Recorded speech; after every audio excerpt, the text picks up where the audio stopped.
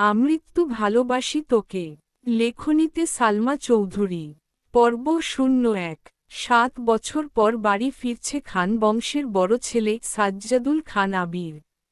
বাড়ি ফিরছে বললে ভুল হবে, বিদেশ থেকে দেশে ফিরছে আবির। এই 7 বছরে খান বাড়িতে ঘটে গেছে অনেক ঘটনা, যার সাথে সশরীরে যুক্ত নেই আবির, তবে আত্মিকভাবে প্রতিটা ঘটনায় জড়িয়ে আছে সে। আবিরের বাবা চাচা 3 জন। আবিরের বাবা সবার বড় নাম আলী আহমদ খান। তানভীরের বাবা মেজ নাম মোজাম্মেল খান।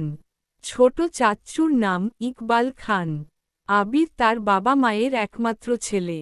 মেজ চাচা মানে মোজাম্মেল খানের এক ছেলে এক মেয়ে। ছেলের নাম তানভীর খান, মেয়ের নাম মাহদিবা খান মেঘ।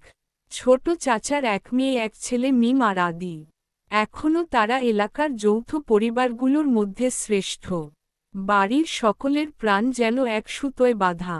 5 ভাইবোনের মধ্যে আবির সকলের চোখের মণি। আবিরের জন্মের পর তার বাবা মা দ্বিতীয় সন্তান নেওয়ায় চিন্তাই করেননি। এইচএসসি পর্যন্ত সে বাড়িতেই ছিল সবার নয়নের মণি।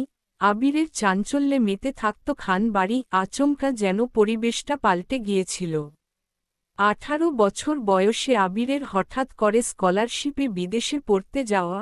বাড়ির সকলের সাথে শারীরিকভাবে যেমন দূরত্ব বেড়েছিল, তেমনি দূরত্ব বেড়েছে মানসিকতার। 7 বছর পূর্বের আবিরের সাথে বর্তমান আবিরের আকাশ পাতাল পার্থক্য।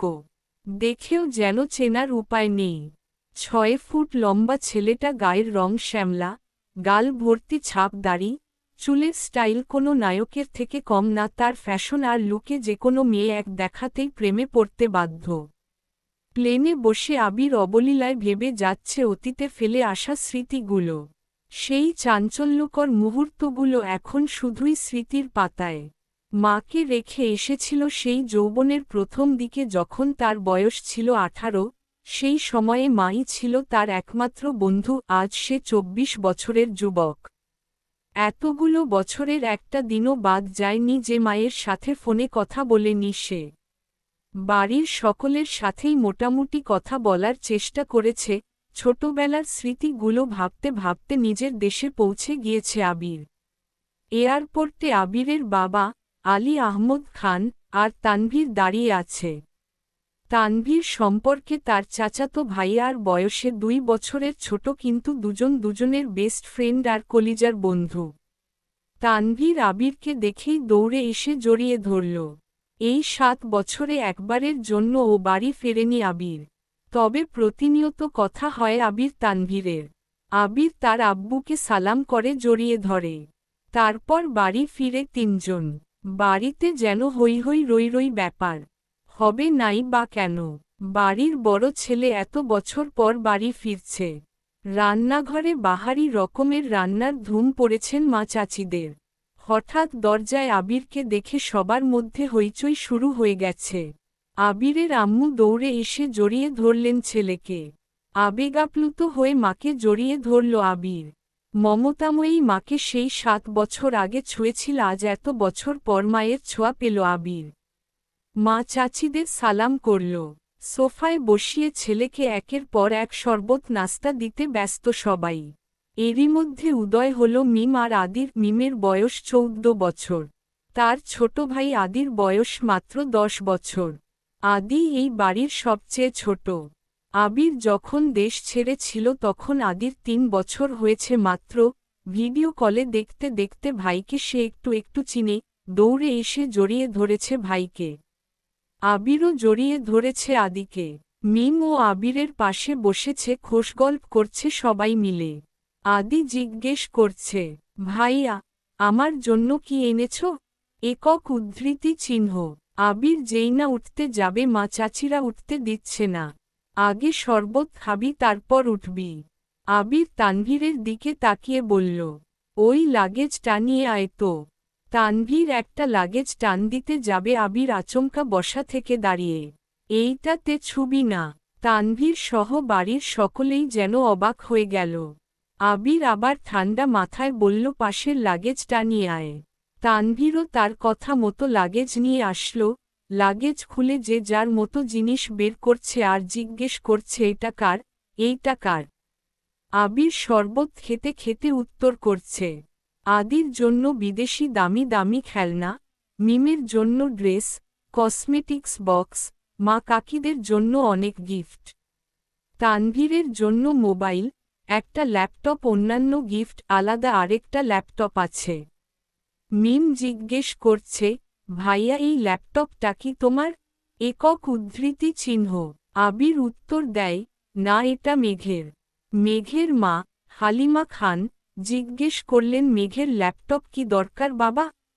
আবির, ওর তো এইচএসসি পরীক্ষা শেষ, সামনে অ্যাডমিশন টেস্ট আছে, অনেক কিছু জানার বা পড়ার দরকার আছে, মোবাইল দেখে পড়ার থেকে ল্যাপটপে সুবিধা হবে তাই নিয়ে আসলাম।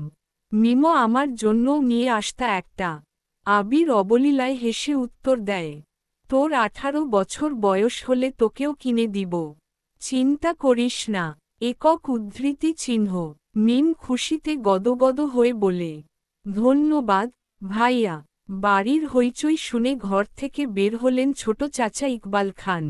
আবির চাচ্চুকে দেখেই সালাম করতে যায়, চাচ্চু বাধা দিয়ে জড়িয়ে ধরেন ভাতিজাকে। ইকবাল খান বাড়ির সকলের দিকে এক পলক তাকিয়ে নরম স্বরে বলেন, এতদিনে এই বাড়িটা পরিপূর্ণ হল। ইকবাল খানের জন্য আনা উপহার আবির নিজের হাতেই চাচ্চুকে দিল। বাকিদের জিনিসগুলো একটা একটা করে দিল আবির। মেজো চাচ্চু মানে মোজাম্মেল খান বাসায় নেই, তাই ওনার জন্য আনা গিফট যত্ন করে রেখে দিল আবির।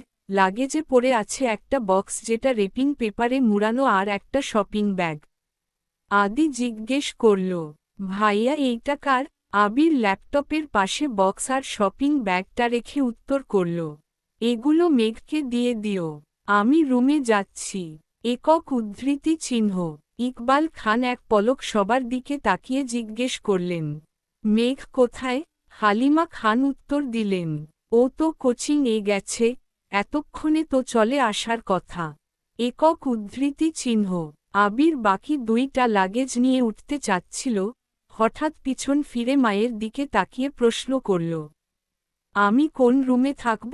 ছেলের এমন প্রশ্নের জন্য মা, মালিহা খান, হতভম্ব হয়ে পড়লেন, তৎক্ষণাৎ স্বাভাবিক হয়ে উত্তর করলেন, তোর রুম তোরই আছে, আজ সকালেই পরিষ্কার করা হয়েছে।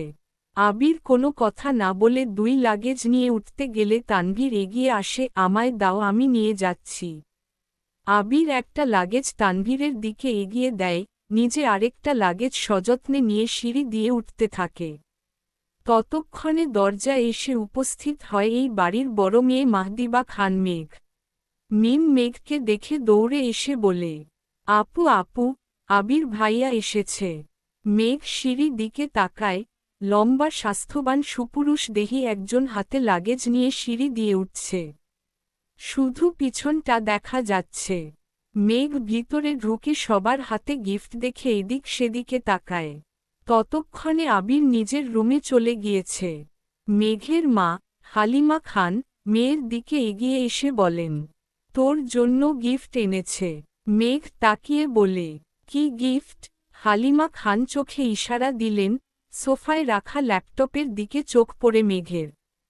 ছুটে যায় ল্যাপটপের কাছে, জিজ্ঞেস করে, এটা কি আমার? মিম বলে, হ্যাঁ আপু এটা তোমার, বক্সটা আর শপিং ব্যাগটাও তোমার। ল্যাপটপটা ঘুরিয়ে ফিরিয়ে দেখছে মেঘ, যেন আকাশকুসুম কিছু পেয়ে গেছে। তারপর শপিং ব্যাগটা একটু খুলে দেখল দুইটা ড্রেস মনে হচ্ছে। সে ল্যাপটপ আর বক্সগুলো নিয়ে রুমের দিকে চলে যাচ্ছে।